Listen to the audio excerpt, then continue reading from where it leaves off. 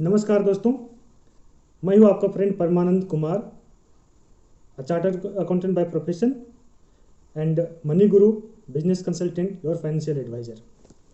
आज मैं आपके साथ आया हूँ कुछ इंपॉर्टेंट टिप्स को लेकर के about the money management. Money management के इस पार्ट में मैं आपको दो चीज़ें बताने वाला हूँ।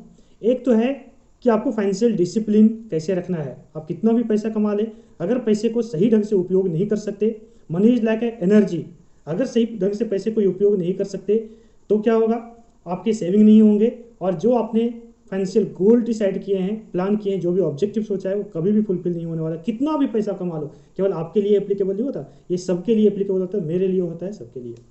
तो आज पहले पार्ट में मैं आपको बताने वाला हूँ तीन हैबिट। सबसे पहले आपको कुछ चीज़ों को स्टॉप करना है। स्टॉप क्या करना है? पहले इमोशनल परचेजेस को स्टॉप करना है आपको। अननेसेसरी के चीज़ों को खरीदने से बचें।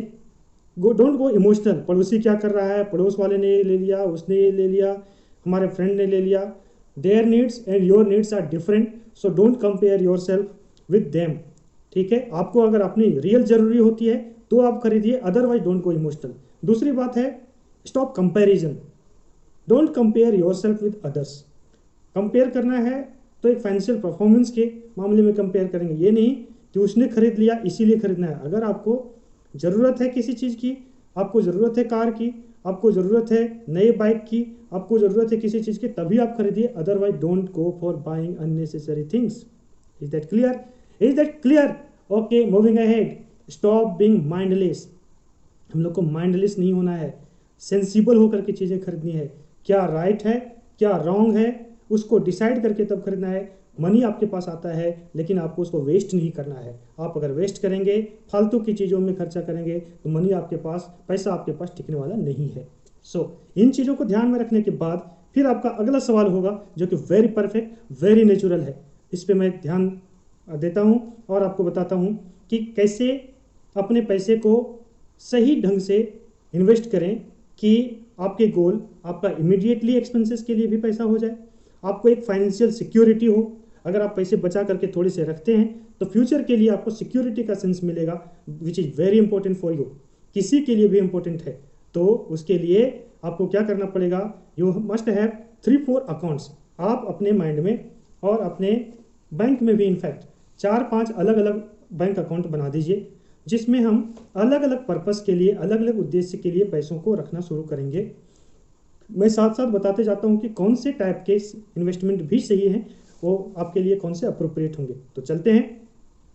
पहला है आपका स्पेंडिंग का सबसे चीज़, और बहुत ही क्रूशियल है। आप कुछ भी पैसा कमाते, किसी भी प्रोफेशन में हो, किसी भी बिजनेस में हो, आपको 5% of your earning has to be spent on education. अगर आप अपने माइंड को शार्प नहीं करेंगे, अपने कैरियर को डेवलप करने पर ध्यान नहीं देंगे, तो आपका ग्रोथ रुक जाएगा। इसीलिए 5% of your income has to be spent for education. Not necessary कि एवरी मंथ आपको खर्चा करना ही है। इसीलिए have one separate bank account, जहाँ पे आप अगर 1 लाख रुपये कमाते हैं तो 5,000 रुपया एवरी महीने आपको वहाँ पे डिपॉजिट करना है। The second account is about your donation.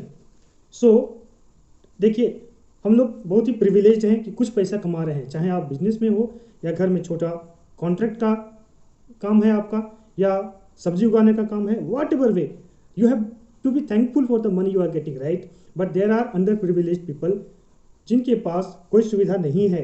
अगर आप पैसे देंगे, आपके थोड़े थोड़े पैसे देने से बहुत सारे लोगों का बहुत बड़ा काम हो जाएगा। चाहे आपका पैशन बच्चों को पढ़ाने का है, स्कूल का एजुकेशन को इम्प्रूव करने का है, किसी के हेल्थ को इम्प्रूव करने का, या किसी को ऐसे ही दान देना, या मंदिर में देना, या जैसे भी करना है। Don't think much about that. अगर आप किसी को देते हैं तो यू फील गुड, राइट। आपको अच्छा लगता है जब किसी को देते हैं तो, ठीक है। इसीलिए डोनेशन का अकाउंट, तो 5% of your income should be kept as contribution towards donation. मतलब कुछ डोनेशन के लिए आप 5% अपने इनकम का एक साइड रख दीजिए। आपको जहां अच्छा लगता है वहां पे उसको आप डोनेट कर सकते हैं। Then next account is financial freedom account. अब देखिए, फाइनेंशियल फ्रीडम अकाउंट क्या होता है, जिससे आपको सिक्योरिटी सेंस का समझ में आता है कि बॉस, अगर मैं, कोई अगर इमरजेंसी क्राइसिस आती है हमारे साथ, हमारे फैमिली के साथ, तो उस वक्त के लिए मेरे पास सफिशियंट पैसे होने चाहिए। तो हम क्या करें, जितने पैसे आप कमाते हैं, whatever amount you earn, उसका at least 10% of your monthly income you should be putting to one particular account, जिसको हम लोग फाइनेंशियल फ्रीडम अकाउंट बोलेंगे। इस पैसे को हमें यूजुअली निकालना नहीं है।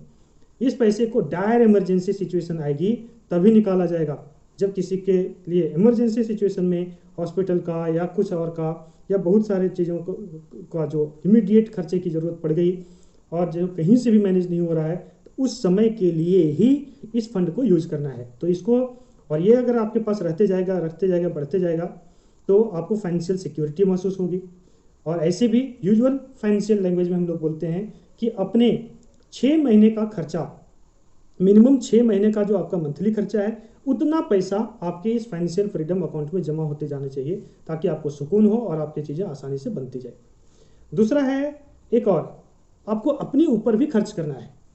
5%, ज़्यादा नहीं, 5% of your income has to be kept aside in separate account. इसको हम लोग इंजॉयमेंट के लिए, अपने शौक पूरे करने के लिए, आपको अगर पर्टिकुलर टाइप का शर्ट खरीदना है, आपको पर्टिकुलर टाइप के कपड़े खरीदने हैं, या पर्टिकुलर कुछ आपका शौक है, मूवी जाने का शौक है, कुछ ऐसी चीज़ें जिससे आपको रिलैक्स लगता है, किसी को म्यूजिक बजाने का शौक है, do whatever you want, 5% of your income should be there for the enjoyment. Next account है हमारा लॉन्ग टर्म सेविंग फंड।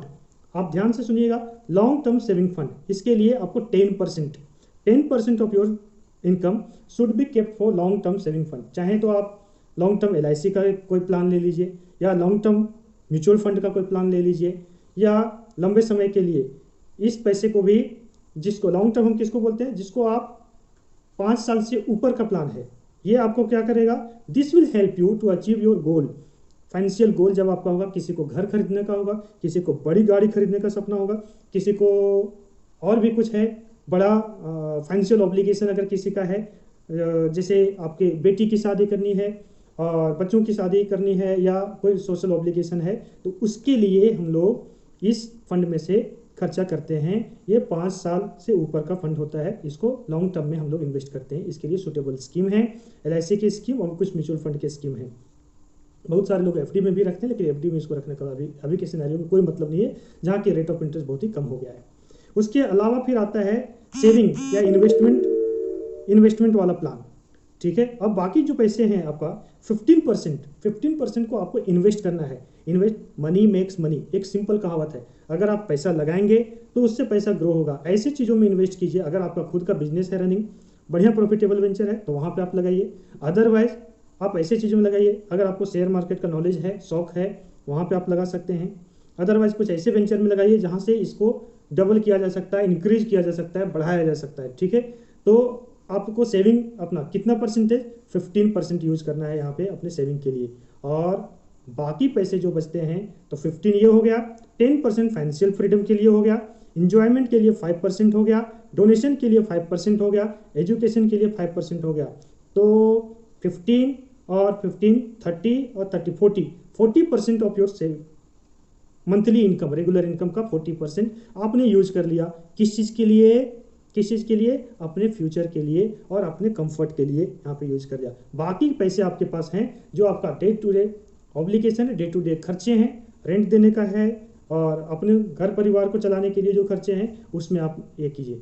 अगर आप प्रॉपरली वाइजली अगर प्लान करते हैं, तो आपके लिए कोई फाइनेंशियल डिफिकल्टी कभी भी आने का नहीं है। और अगर आपने मैडनेस दिखाई, ढंग से प्लान नहीं किया, तो आपके लिए हमेशा ट्रबल रहेगा, चाहे आप कितना भी पैसे। तो मैं आपको चाहता हूं कि आप सही से खूब पैसे कमाइए, और उसको सही से गेनफुली यूटिलाइज कीजिए, सही से इन्वेस्ट कीजिए, ताकि आपका कंफर्ट हो, आपका लाइफ आगे बढ़े।